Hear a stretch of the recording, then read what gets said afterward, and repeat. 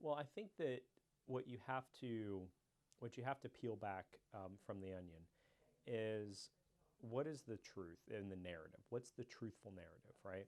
And so when you really look at the real math in Virginia, 1,000 people a year die because of a gun, some kind of a gunshot. Yeah, that's true. 65% of them are self-inflicted. All right, so it doesn't matter how many magazine rounds you have. It's a one and done, unless of course unless of course it's Hillary Clinton doing it, then it's two to the back of the head. That's the suicides for those guys, right?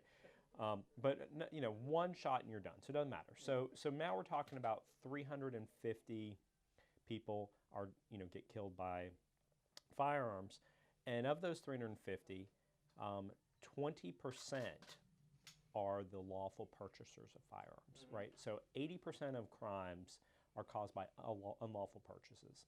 So you have so those are going to continue no matter how many laws are going to happen, right? Yeah. So that's all. It's all going to be black market. That's all black market. So you got 20% of the people causing 350 deaths. So that's 70 people. Okay, and that's the truth. 70 people who went through all the legalities right now have misused their firearm that has resulted in somebody dying from it.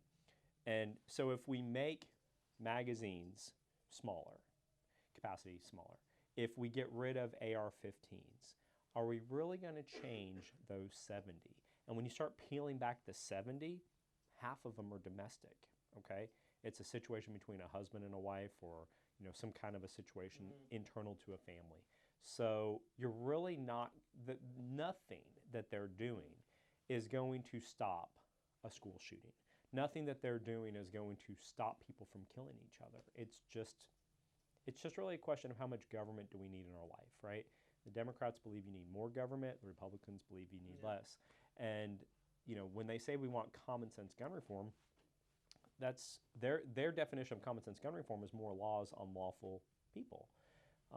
But the reality is that you might affect the outcome of about 70 people in a state of 8.5 million a little bit, but what about all the others? All the other people that are already illegally doing things in Virginia that none of these laws are going to affect. None of these laws are going to address the vast majority of people that die because of a gunshot wound, right?